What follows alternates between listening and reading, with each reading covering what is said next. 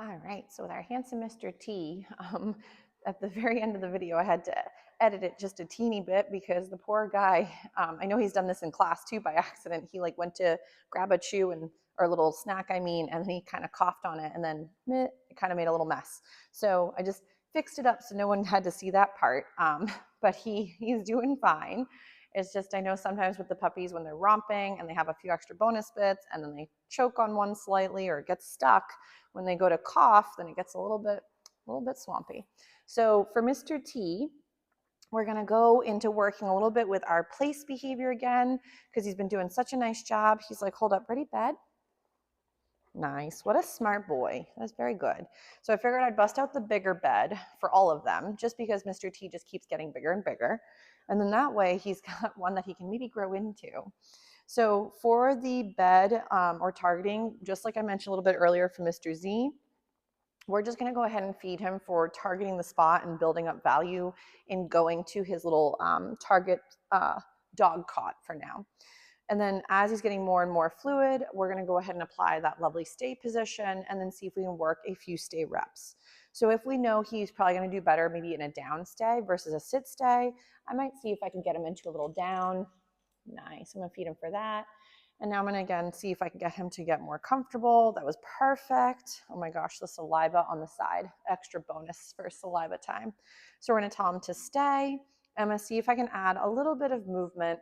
So if in the beginning this was too challenging, just like I mentioned for some of our previous babes, you would wanna just break it down into smaller steps. So right here, again, just feeding for being stuck, creating value in the not moving, and then we might throw in some novelty, some wiggling around the environment like we did a little bit with Mr. Z. Yes, smart boy. This is looking very pretty. I gotta use my slime rag because we are a little bit slimy. So what I find a lot of people do also with the staying position that makes it really challenging for the dog is they may try to work on stays and add in your 3Ds too quickly.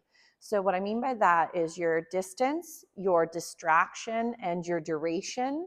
And if you start off too fast by doing all three, I find that a lot of times the pups don't even know what we're working on, let alone how to be successful. And we're making it too challenging too quickly. So for right now, I am technically adding distance and some movement and some distractions, and my duration is kind of varying. But when I first started with Mr. T, I made sure that I was really close, the time frame was really short, and there wasn't too much happening. If you're finding as you're adding new levels to the criteria and your puppy is failing, that's their only real way to tell you I'm having a hard time, or I don't understand, or I need a pause from what we're working on. So if your babe is really struggling and they're not doing well, we may have to reevaluate, well, how are we teaching?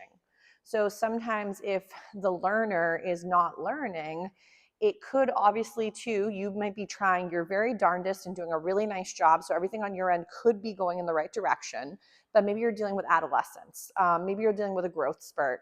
Maybe, for example, like with Mr. Z, maybe his shoulder or his elbow or something is sore.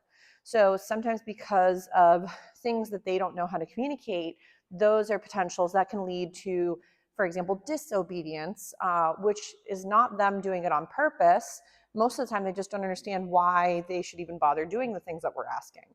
So right now, the way to build up value in these weird skills is to make sure that we are depositing what they find valuable into that account. So if, let's say, for example, a stay has very little association for the dog as being a good thing, then you're more than likely not going to get a stay later. So view every skill or behavior as having a bank account, which I've mentioned a little bit in the past too, where if, let's say, sits happen really readily, it's more than likely that sit has been reinforced quite well, but maybe other skills have not yet been reinforced as nicely. This is looking really pretty.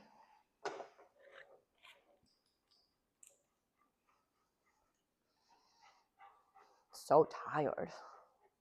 Gonna break them up a little bit smaller. Even though the Bill Jack snacks are nice, I do like to break them into halves. So he's doing a real good job. So you'll also notice too that I try not to change the way my body would move naturally. So when some people are doing stay, they like turn into a robot and they're like, don't move, dog. And then the problem is like, see, look, you act like a robot. And the dog's like, I don't understand what you're doing. So for example, if you tend to sometimes be very rigid, then for most puppies, they start to think that when you start to add more natural movement or gaits, that maybe that means that it's time to get up. So for Mr. T, he was like, I've never seen a robot before. Who knows? So he maybe was like a little bit like, why is she being a weirdo? So if your puppy breaks, notice how he did not get into trouble. If I were to constantly make it into a thing where he could be right or wrong, remember that he doesn't understand this concept of right or wrong because he's amoral. The AC popped on, which is creepy at times. So if I were to scold him for getting up, though technically at the end of stay, I do ask him to break and get up, that's really confusing. Why was one moment okay to get up and the next not? So I don't like to scold. I much prefer to reinforce the things I like and reinforce the things I want to have happen again, and either ignore if they're safe to do so or it's okay for him to do so, ignore the thing I didn't like, or redirect to the thing I'd prefer him to do. So ignoring a behavior does not mean like as he's jumping all over grandma that you ignore the jumping as he's about to pummel her, but instead, if let's say he were to come over and he's a little wiggly and he's a little bit too excitable, I might kind of ignore for a second and then see if instead I could get a sitting position from him and then feed for the sit and love him up that way versus him maybe jumping on me the next moment. So because he is going to be a mammoth, so we want to make sure that what we're reinforcing is something that maybe everybody else would also feel comfortable or be safe to perform. So if let's say he tends to, jump up on dad and dad loves it or whatever, again, it doesn't have to be dad. But if let's say jumping on one person equals woohoo and there was no asking for the behavior, like putting it on a cue, then he might think anytime I get excited, we maybe jump on someone and it could hurt somebody by mistake. So keeping things consistent and teaching him what you'd rather is much better than yelling at him for making a mistake because he doesn't understand why was it bad. So right here, he's going to work that stay. And now that he's a little bit more comfortable, I'm going to add again a little bit some distractions. Oh, I know it's a hard day for Mr. Handsome Pants. He's doing really nice. I know we just were doing some wrestles with the flirt pole earlier, so he was getting nice and fatigued from chasing his toy around. Yes. He's actually got a little bit of slime on his chest, and it's hanging from his chest onto the dog bed. So funny. Swampy man. So again, let's say before he were to get up and break, I want to feed him his last rep for holding this gorgeous down stay. And then from there, have him finish the behavior before he gets up and breaks. So I might say, all done, and then see if I can get Mr. Handsome to get back up, which is so hard. Good job. And let's say he's up and about and I want to give him a little rest period from, slime, from being stationary, is then go right into some find its. So this way he doesn't have to be stuck the whole time. Because if you're finding stays are not going as well, it could be that he may be kind of done with being stuck. Oh, he says, maybe I'll go this way and find something cool. I forgot to close the gate. Not that he can go anywhere. It's just that the other side, there's other toys and things in about. So he says, maybe there's more water that he can go lay in. What a good boy, Teddy, come. Look at you being so smart. Good job. Brilliant man. So, but giving him a little bit of a physical and mental break from the stay to get up and walk around and stretch his legs is going to be also really crucial for the stay to seem, again, beneficial for him. Ready? So bed. He's like, oh my gosh, we're going to get a little, don't fall off. Smart man, yes. So then we might go into our little down.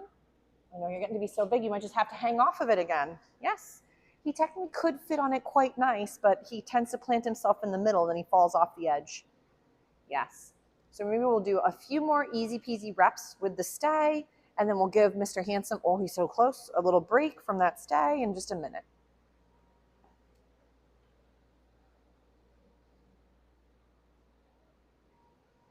He says, I'm exhausted, and it's a little bit warm. It's not as warm as it has been, though. I bet he definitely slows down in the heat.